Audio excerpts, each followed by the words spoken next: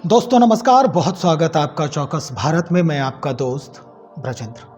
देखिए 26 तारीख को भीम संवाद कार्यक्रम आयोजित किया गया है और बिहार के जितने भी दलित और एबीसी से जुड़े हुए लोग हैं, इस खेमे से जो लोग आते हैं उन्हें आहूत भी किया गया है, वो वहां पर पहुंचेंगे। कहा यह जा रहा है कि लगभग लाखों की संख्या में वेटनरी कॉलेज में लोगों की जुटान होगी। इस बाबत कई सवाल खड़े हो रहे हैं। दरअसल अगर हम बात करें जातीय सर्वेक्षण की, तो जिस समय से इसका रिजल्ट आया है, परिणाम आए हैं, उस समय से इस खेमे को लुभाने और रिझाने की कोशिश हर दल हर पार्टी कर रही है। लेकिन जदयू के तरफ से इतना बड़ा आयोजन जो वेटनरी कॉलेज में किया जा रहा है, ये काफ़ी मायने रखता है। दरअसल हम आज पहुंचे हैं हम पार्टी में और हमारे साथ श्याम सुंदर जी हैं जो प्रवक्ता हैं यहाँ के। इन्हीं से हम बातचीत करेंगे। क्या लग रहा है नीतीश कुमार जी अब दलित वोटरों को बटोरने के चक्कर में है? क्योंकि जातीय सर्वेक्षण आया है, उसके बाद जिस तरह से ये माहौल बन रहा है, इससे तो यही परिलक्षित होता है। देखिए ये जो आप भीम संवाद की बात कर रहे हैं, दरअसल ये है झूठ संवाद। अच्छा। ये है बेवकूफ़ बनाने का एक संवाद। नीतीश कुमार जी और उनके लोग, सर्वप्रथम तो उनको माफ़ी मांगनी चाहिए और ये घोषणा करें कि हम ये जो भीम संवाद बुलाए हैं उसमें हम दंडवत होकर के जीतन राम मांझी जी से माफ़ी मांगेंगे, जीतन राम मांझी जी के लोगों से माफ़ी मांगेंगे। जो हमने भीम के लोगों का, बाबा साहब के लोगों का और उनके प्रतिनिधित्व करने वाले लोग का अपमान जो उन्होंने किया है, जो अपना वो अंदर का सामंत जो उनका जागा है, जो ठाकुर ठाकुर की बात कर रहे थे, तो अंदर का ठाकुर जो उनका जाग गया, रावण जो जाग गया, तो उसके लिए पहले वो माफ़ी मांगेंगे। और क्या ये संवाद करेंगे? 18 साल से ये लोग केवल ठगने का काम कर रहे हैं। कभी दलित को महादलित बनाते हैं, कभी महादलित को ये करते हैं, कभी सबको फिर महादलित बनाते हैं। तो ये आप अपने केवल चुनावी रणनीति के हिसाब से, चुनावी ज़रूरतों के हिसाब से आप उसको अगर केवल ठगने का काम करेंगे, नए नए दलित बनाने का काम करेंगे, तो ये सब चीज़ें तो लोग देखते हैं ना। आप रोज़गार दे नहीं रहे। आज जितने दलित, ये तो दलित के नाम पर ये कुछ संगठन हैं, उनको जुटा लेते हैं। जीविका दीदी हो गई, तो विकास मित्र हो गए, सरकार का अपना एक जो हनक है उसका इस्तेमाल करते हैं। बाकी दलित, कितने दलित रहते हैं बिहार में? सब तो बेचारा रोज़गार की तलाश में बाहर भागा हुआ है। आप गांव का गांव जो है ताला लगा हुआ है, लोग दूसरे प्रदेशों में अपना रोज़गार कमा रहा है। कहाँ है दलित? कहाँ है आपकी उसकी चिंता? लेकिन कहा तो ये जा रहा है श्याम सुंदर जी कि एक तीर से 3 निशाना करने जा रहे हैं नीतीश कुमार जी। हम जीतन राम मांझी को जो कमी आई है उस खेमे में, अशोक चौधरी उसको भरने का प्रयास कर रहे हैं। इधर चिराग पासवान को भी समेटने की कोशिश हो रही है। और अगर देखें तो दलितों को जिस तरह का माहौल कुछ दिन पहले बना था, उसको, उसके लिए भी ये जो है, जैसा कि आप कह रहे हैं कि माफ़ी मांगे, तो हो सकता है इस बात के लिए भी वो वहाँ पर कुछ न कुछ करें। लगभग 19% जो इस खेमे के लोग हैं ये यहाँ पहुँच रहे हैं 26 तारीख को। देखिए, आपने बात एकदम बिल्कुल सही कहा कि उनका कई निशाना है। तो निशाना तो बनाने का प्रयास किए थे 2020 में। आपको जहां वो रहते हैं, एनडीए में थे तो हम लोग कहीं और थे, तो हम लोग को अपने साथ साधने की कोशिश की, और चिराग पासवान जो एनडीए में थे उनको देखिए बाहर करवा दिया। तो हर दलित नेता को ये समय समय पर उनको कमज़ोर करने का काम और उन पर निशाना साधने का काम करते हैं। दरअसल ये दलित वोट को जितना साधना चाहते हैं, उससे ज़्यादा जो दलित में नेतृत्व खड़ा होता है उसको दबाने का प्रयास करते हैं। जीतन राम मांझी जी से डर पैदा हो गया तो उनको महागठबंधन से हम बाहर कर देंगे। चिराग पासवान से डर पैदा हो गया तो उनको एनडीए से बाहर करवा देंगे। जहाँ नीतीश कुमार रहते हैं या जहाँ ये लालू नीतीश की जोड़ी रहती है, वहाँ कोई दलित नेतृत्व खड़ा नहीं हो सकता। और मेरा चैलेंज है, खुला चैलेंज है, उसी मैदान में संवाद है। आप कायम करिए संवाद, हम भी तैयार हैं। कि आप बताइए कि 90 के बाद बिहार में किस दलित नेता को इन्होंने उभरने दिया? कैसे दलित नेतृत्व को इन्होंने मारने का काम किया?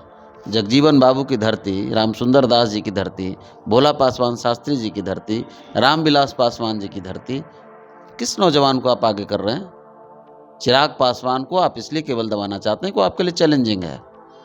संतोष मांझी को आप इसलिए दबाना चाहते हैं कि 9वां फेल से उनकी तुलना होती है कि पीएचडी धारक और 9वां फेल, तो इसलिए आप उसको दबाना चाहते हैं। किस दलित नेतृत्व को आप उभारने का काम किया आपने? ट्रांसफ़र पोस्टिंग करेंगे। उदय नारायण चौधरी जी का इस्तेमाल हुआ, मक्खी की तरह फिर कहीं और पड़े हुए हैं। श्याम रजक जी का इस्तेमाल हुआ, फिर वो कहीं फाइल्ड हो रहे हैं। तो ये खाना बनाने वाले का, इनका पैर दबाने वाले का, इनका चप्पल उठाने वाले का, इनका गाय गोरू करने वाले का, इनका साफ सफाई करने वाले का, उन लोगों को ये केवल एक मुखौटे के तौर पर, प्रतिबिंब के तौर पर ला करके बिठा देंगे कि हमने दलित को ये बना दिया। अरे भाई, आप किसी पढ़े लिखे दलित को, किसी वैसे दलित को आप देखिए ना कि जब इन लोगों का दौर नहीं था तब कैसे कैसे दलित नेतृत्व में लोग हुए। बाबू जगजीवन राम का कोई सानी है क्या? पूरे देश में उनका एक मतलब, जब आज ये दलित नहीं होता था तब बाबू जगजीवन राम नेता हुए। भोला पासवान शास्त्री जी की योग्यता और विद्वता से कौन नहीं परिचित है? राम सुंदर दास जी के नेतृत्व कौशल से कौन नहीं परिचित है? रामविलास पासवान जी को इन्होंने कितनी बार दबाने का प्रयास किया, लेकिन अपने कौशल से वो हमेशा निखरते गए। प्रधानमंत्री नहीं बनने दिया उनको, राम सुंदर दास जी को मुख्यमंत्री नहीं बनने दिया इन्हीं दोनों भाइयों ने। तो दलितों को दबाने का काम कौन कर रहा है और बहलाने का काम कौन कर रहा है, फुसलाने का काम कौन कर रहा है, ये तो प्रकट है। भारतीय जनता पार्टी पर ये जितना दोषारोपण कर लें, लेकिन भारतीय जनता पार्टी ने रामविलास पासवान जी जब शिकस्त में थे तब भी उनको उभारने का काम किया। हमारे साथ जब गड़बड़ करने की इन्होंने कोशिश की, सड़क पर लाने की कोशिश की, तब भी प्रधानमंत्री जी ने हाथ बढ़ाया। तो ये तो चरित्र स्पष्ट है, और इस चरित्र को हमने कहा ना कि हम खुली चुनौती देते हैं, आप बहस कर लीजिए। 90 के बाद दोनों भाई बताएं कि किस दलित नेतृत्व को उन्होंने उभरने दिया।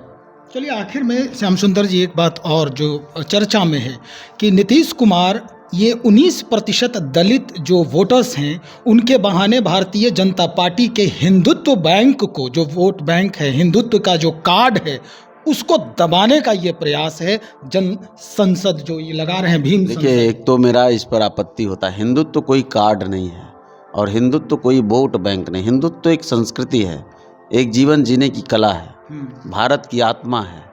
भारत के कण कण में हिंदुत्व है, इसलिए भारत में सेकुलरिज्म है, वरना दुनिया के किसी कोने में भारत के जैसा सेकुलरिज्म, भारत के जैसा लोकतंत्र आपको कहीं नहीं मिलेगा। तो आप हिंदुत्व को दबाएंगे, सनातन को दबाएंगे, इट मीन्स कि आप लोकतंत्र को ख़त्म करना चाहते हैं, आप असली सेकुलरिज्म को ख़त्म करना चाहते हैं। तो ये तो सवाल नहीं है कि वो उनके चाहने से कुछ हो जाएगा।